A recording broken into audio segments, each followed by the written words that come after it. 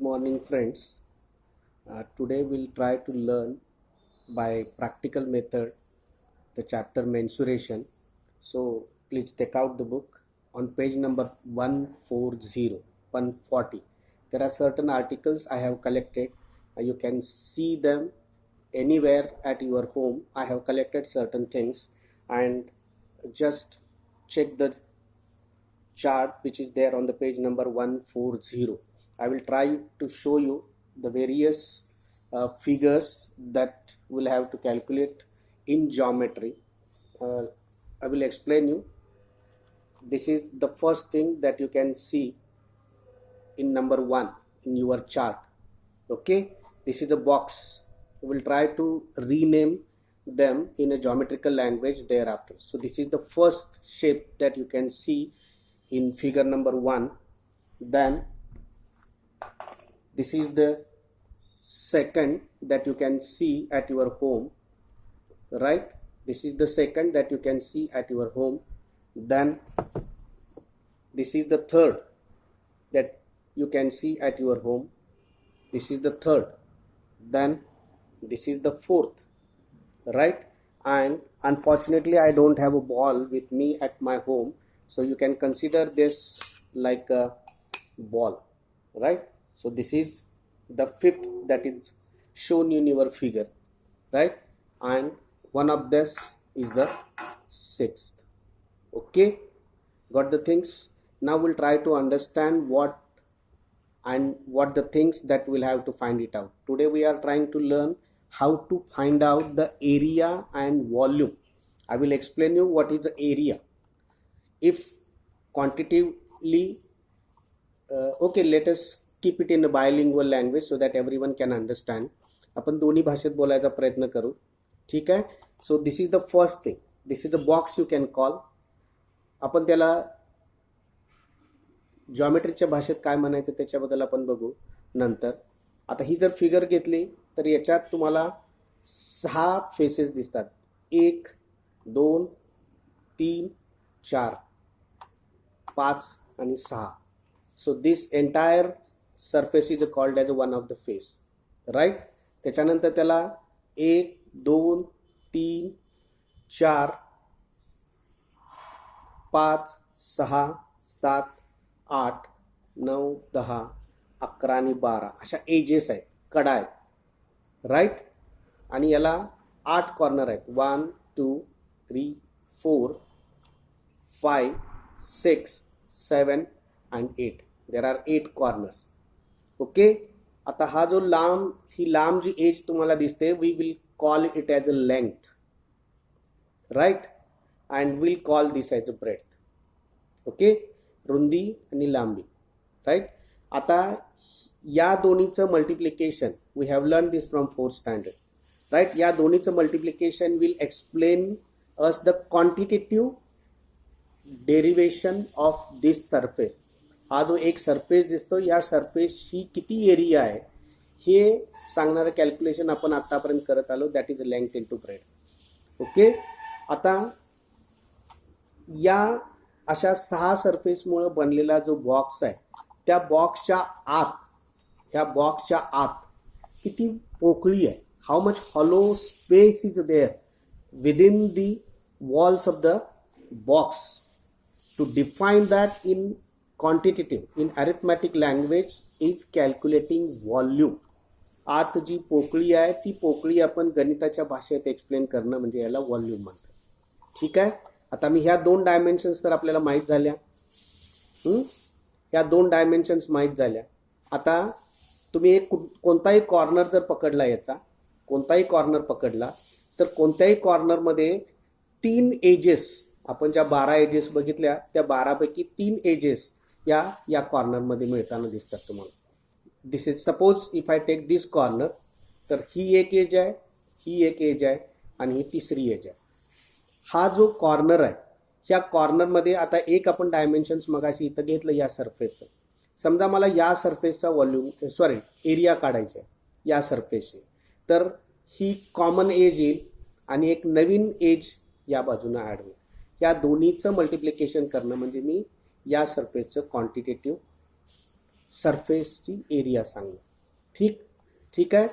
आता याचं जर कॅल्क्युलेशन करायचं झालं, मला समजा या बॉक्सला मला कलर लावायचा आहे बाहेरून, याला बाहेरून जर मला कलर लावायचा आहे सगळीकडून, तर याला कलर लावण्यासाठी मला आतली पोकळी किती आहे याचा विचार करायची काही गरज नाही.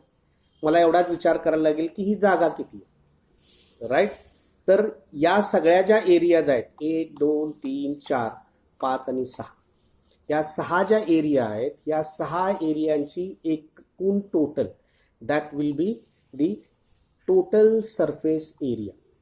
Total surface area of the box. Okay. You got some formulae there on page number 140. आता फॉर्म्युलीपैकी जे डायमेन्शन्स आहेत ती मी डायमेन्शन तुम्हाला परत सांगायचा प्रयत्न करतो. This is the length, this is the breadth आणि this is the height. Okay. So by using this you can calculate surface area and volume. आता या कॉलममध्ये जर तुम्ही बघितलं तर सरफेस एरियाच्या कॉलममध्ये तुम्हाला 2 सरफेस एरिया दिसतात. एक आहे लॅटरल सरफेस एरिया आणि दुसरी आहे टोटल सरफेस एरिया. ही लॅटरल सरफेस एरिया म्हणजे समजा हा बॉक्स जर दोन्ही बाजूने रिकामा असता, पोकळ असता संपूर्ण पाईप सारखा, तर त्याला फक्त 1 2 3 आणि 4च फेसेस आले असते. So this will be sideways lateral. ठीक आहे. आणि मला टोटली याला हे कव्हर करायचं असेल, समजा मला टॉप आणि बॉटम पण याचा कव्हर करायचा असेल, तर it becomes total surface area. Got the idea? Got the idea? You can calculate, take any box from your home and try to calculate the length, breadth and height. Physically measure the length like this. माझ्याजवळ आता scale नाही आहे घरी. So take, this is the way, this is the length. Okay. Check, this is the way, this is the breadth, and check, this is the way, its height. Got the things? तिन्ही तुम्ही कोणताही box घ्या तुमच्या घरातला आणि त्याची area आणि volume along with lateral surface area and total surface area calculate करायचा प्रयत्न. Right. Okay. So this is one of the object. You will calculate the area and surface. Formulae are there on page number 140. Right. Now will have another such a kind of object which is, जसं box आहे हाही बॉक्सच आहे आपल्याला, तसाच आहे. थोडासा याच्यामध्ये फरक आहे. काय फरक आहे ते मी सांगतो. याच्यात ही 6 फेसेस आहेत, हे 4 आणि बाजूचे हे 2 6 फेसेस आहेत. राईट. यालाही तेच मगाप्रमाणे 8 कॉर्नर आहेत, 12 एजेस आहेत. द ओनली डिफरन्स इज, मी जर हा बॉक्स घेतला, हा बॉक्स मी असा ठेवला तर हा आडवा वाटतो, असा ठेवला तर उभा वाटतो. राईट. आता याच्यात मी हा जर बॉक्स कुठल्याही बाजूने ठेवला तर तुम्हाला तो एकसारखा दिसेल. राफली थोडासा मायनर फरक आहे त्याच्यात, but still try to understand. मी कुठल्याही बाजूने ठेवला तर तुम्हाला तो एकसारखा वाटेल.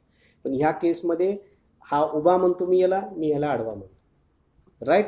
आता याच्यात ही मगाप्रमाणे सांगितल्याप्रमाणे यालाही एजेस आहेत, कॉर्नर आहेत, इक्वल आहेत. Same box is prepared.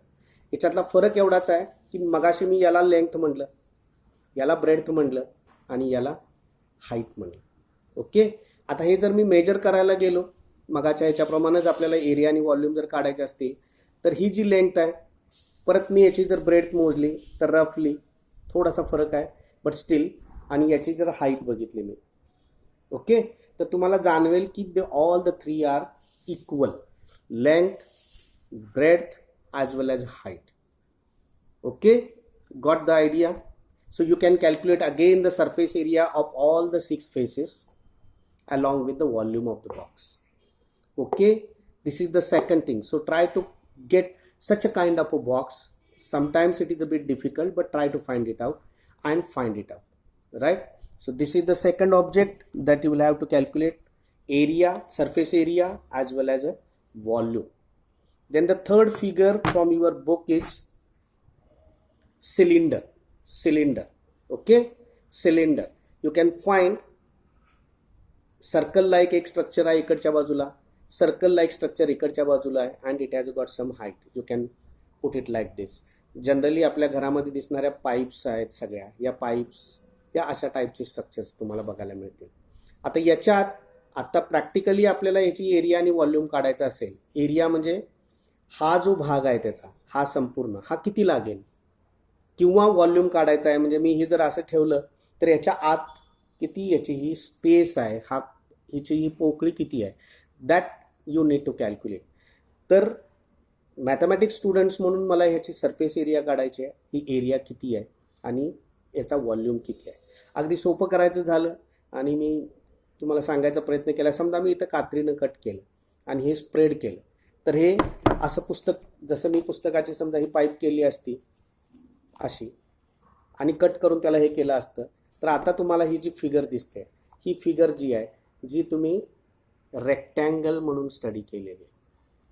लक्षात येते.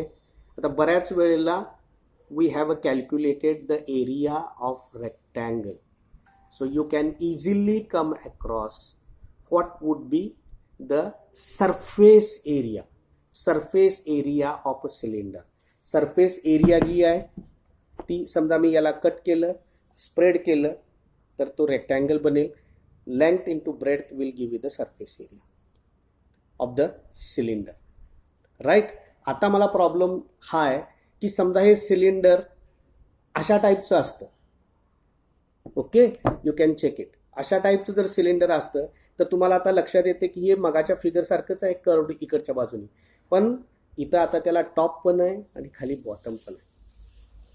आता याच्या आतला स्पेस काढायचा झाला मला, तर दोन्हीच्या कॅल्क्युलेशनमध्ये करत असताना आपल्याला त्याच्यातही आणि याच्यातही काय मोठा फरक मिळणार नाही, पण फरक जो येईल तो सरफेस एरियामध्ये येईल.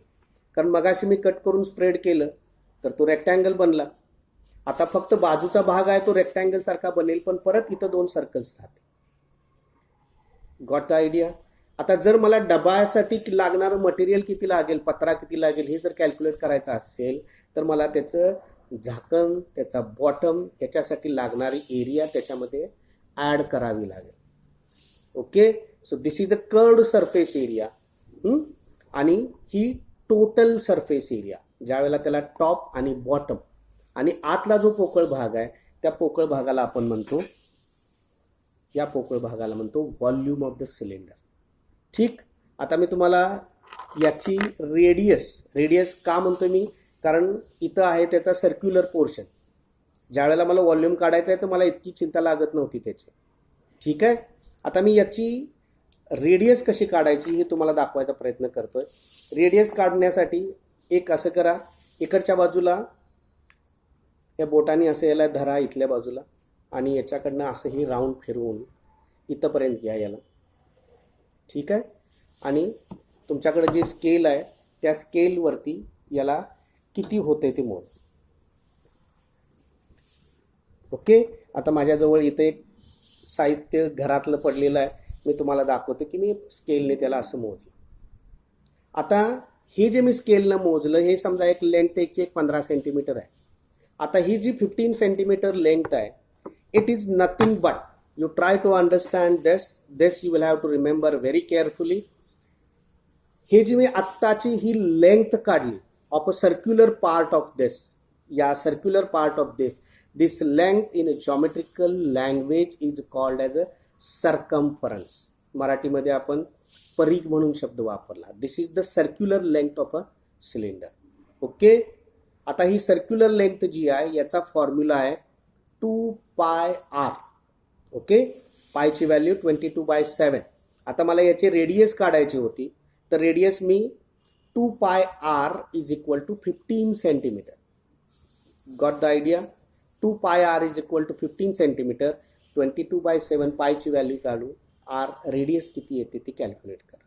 आणि तुमची जी रेडियस येते, तुम्ही जी कॅल्क्युलेट कराल, जो ऑब्जेक्ट घेऊन तुम्ही ज्याची रेडियस अशा टाईपनं काढलेली असेल त्याचं कॅल्क्युलेशन करून तुम्ही हा फॉर्म्युला ऑपरेट करायचा.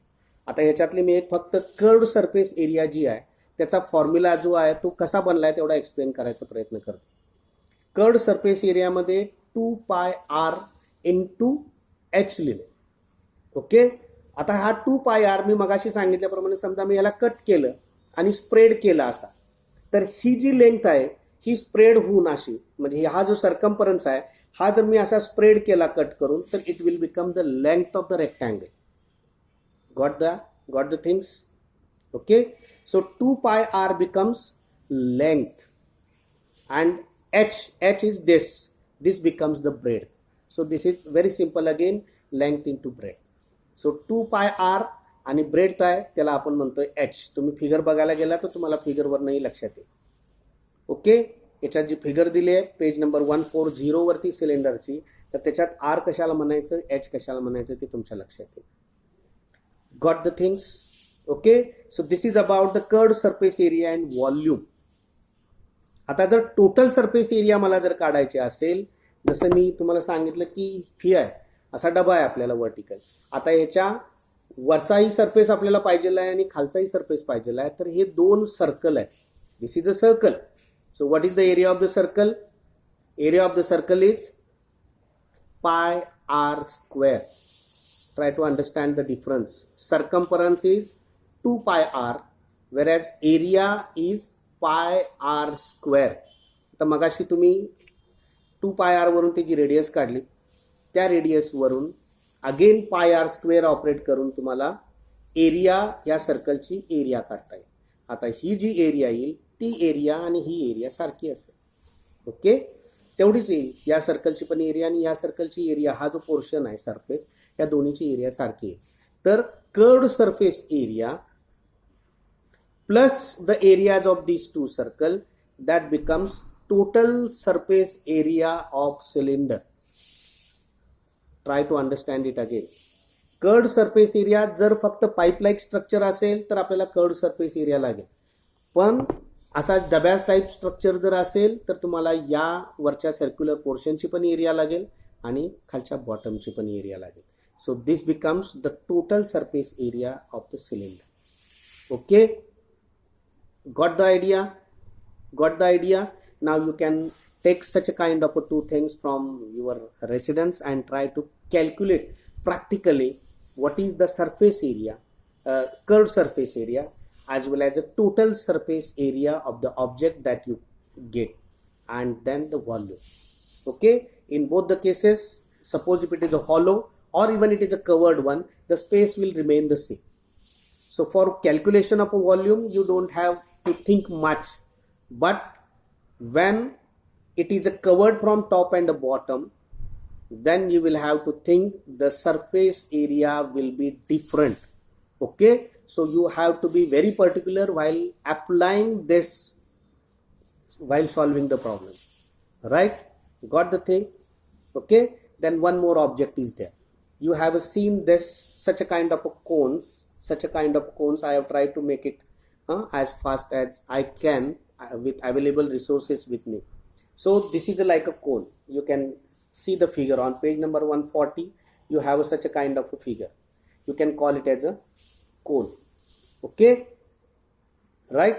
Now suppose if I measure the length of this way, tirki techi, right, by the thread or something like, you can measure. So this length,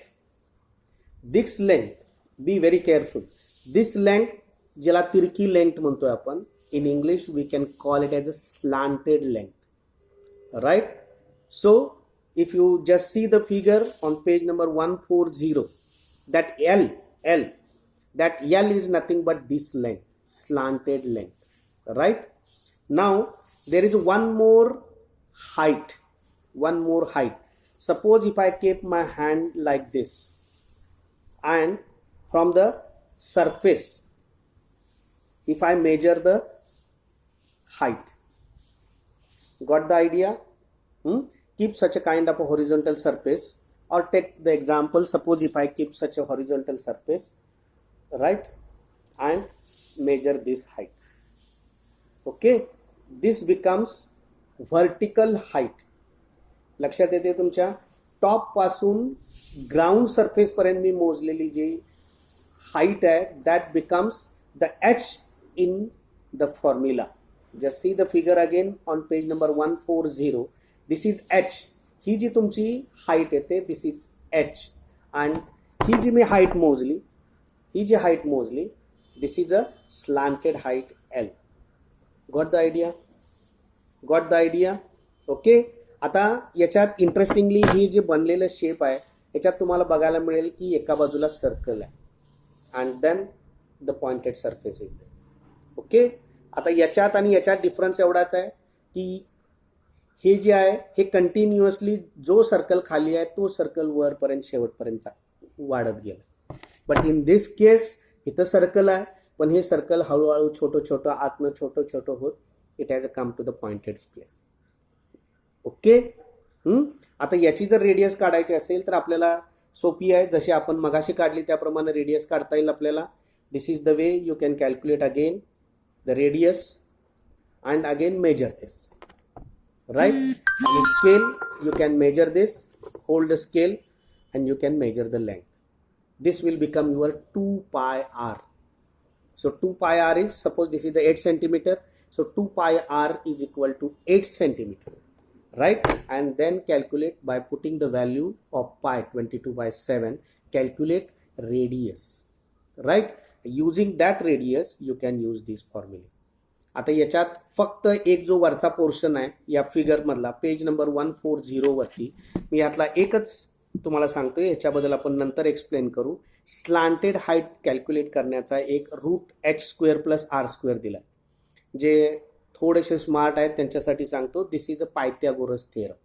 ज्यावेळेला आपण पायथागोरस थेरम बघेन त्यावेळेला आपण हे जास्त एक्सप्लेन करू. ज्यांना थोडंसं एक्सप्लेन अजूनही स्मार्ट आहेत त्यांच्यासाठी सांगतो की हा राईट अँगल ट्रायंगल बनतोय and that is the reason length, the slanted length becomes the hypotenuse of the right angle triangle.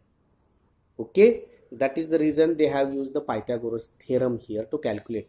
Now when you have to calculate areas and volume at your home physically or practically, we don't need this. Okay, so curved surface area formula is there.